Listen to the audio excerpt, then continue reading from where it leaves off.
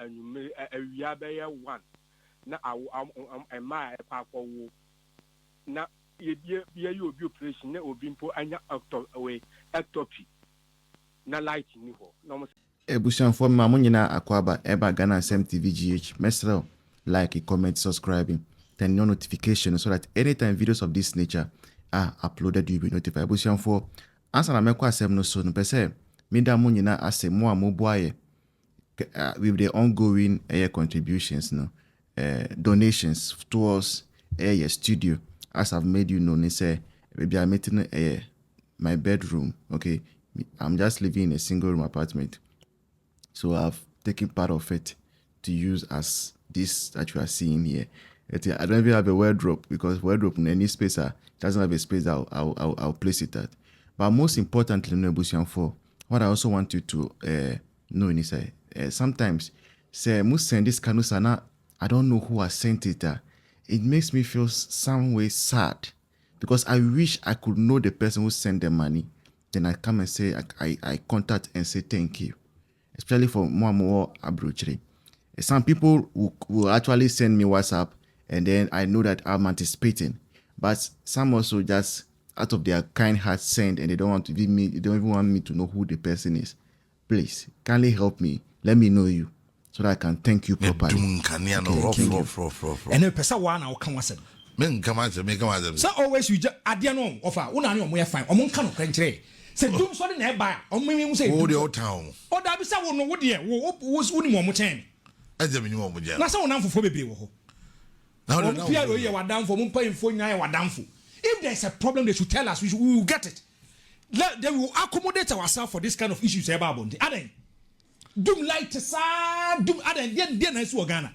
Say dum so na eba do mon kan say dum so na eba no yen na akra there is a daily graphic ya there ya publish say na bia a show man e be dum show man. Mo fa Kumasi there so come e bia ha wo da Kumasi there mo fa mra na wa aka no ha Kumasi there no ana Santro there mo fa mra na kana obi ehun say e bia from 9 to 10 o medu a bia sin site o medum adɛn onu say there no I'm free. As a Santa Seram Bate Koyin Dum Kania Sadi Kofa Atasman so kwana da buy echo da buy new site do an light to her. Na light to her. Na msi we omo cheno no. Omo bunu tot. Di bozo mo dum hana no omo de mo bekọ akoda mo light no. Mo koda ye no mo na mo no mo dum mo ho. Na ba bi omo adum no mo aso. Yeah. Ampani nuani ampa. Miza watching me that's all the light go adopano e bobe 1 a.m. at 2 a.m. or yes so dan kan ya no me that me na no madum light me that me no madum light e sa de no so person dum light e so boni pana man yo the reason why I would dum light no then me catch you PRC for almost so dum light go around 5,312 or something. I stand corrected for the figure. Yes said you catch Ghana for was 139 and ramu person dum light so catching the reason why I would dum light e so ka and your bonka 5.8 million Ghana cedis. Hey, of a day I can know. Ebi obi o ha some no on fili. Me se mo wadam fo bi da bi o insulin. Ase me yem fida. Of that bi o insulin no. This what they are doing say fridge. Now dum light on kan hwe nkyere no. Ye dum light one ya so ha ye dum wa. Me se me do a ye dua se twum dua se no ma dum no. O be so no ma so emena. Reason ye dem mon ka bi bia nkyere nipa. And if you look at the persistent nature ye dum pa eso no mesrew over.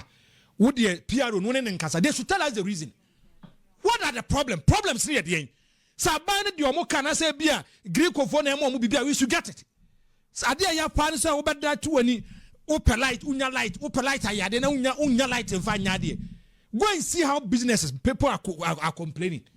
Go and check it. How people are complaining. Adɛn ECG for bia kana kwam tam kwa jump into defense. No jump into defense. Where the man for bibia ma. O man tell bibia man the reason why we do light no. Menya nka man to mu nto aso be 1 week.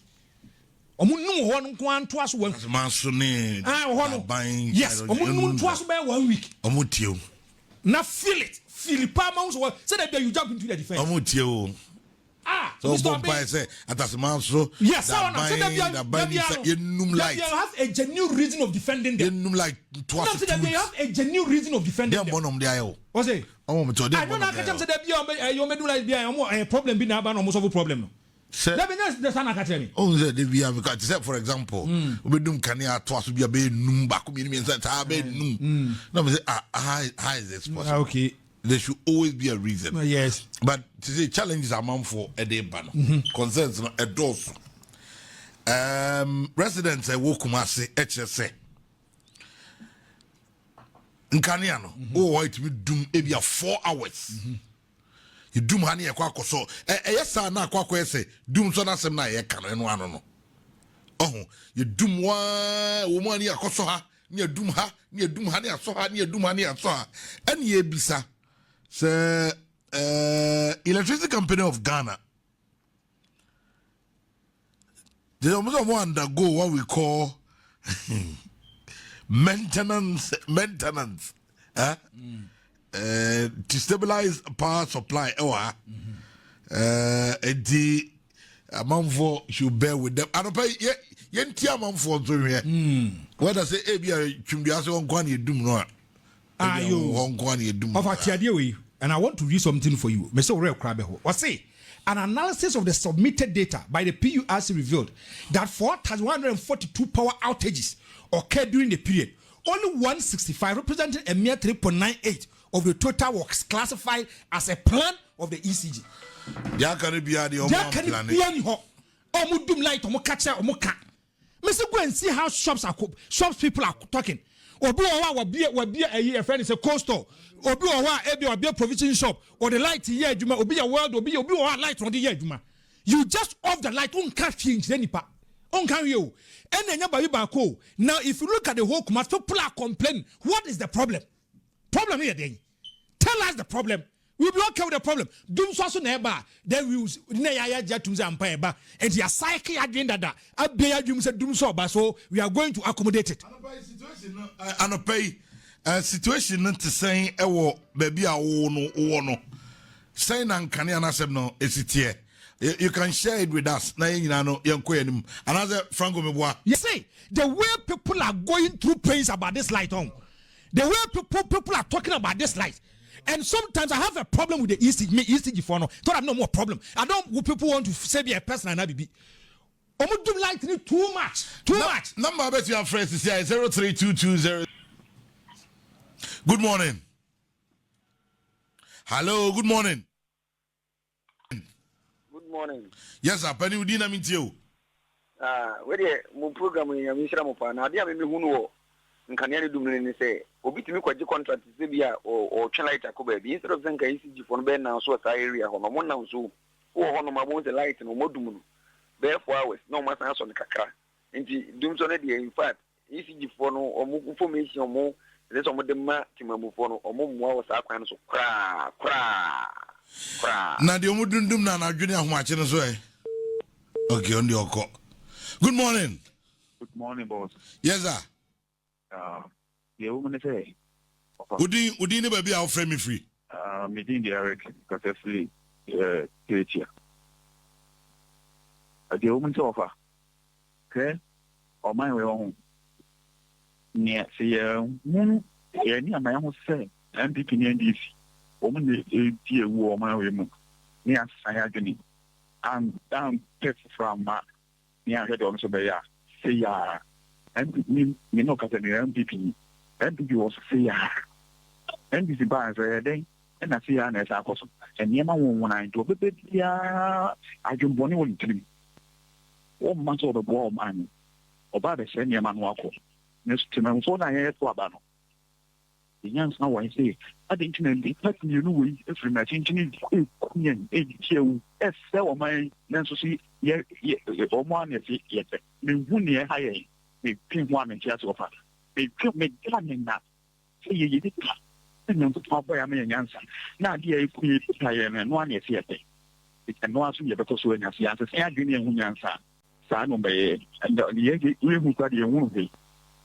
May I say, good morning. Yes, a penny udina mean too. Hello.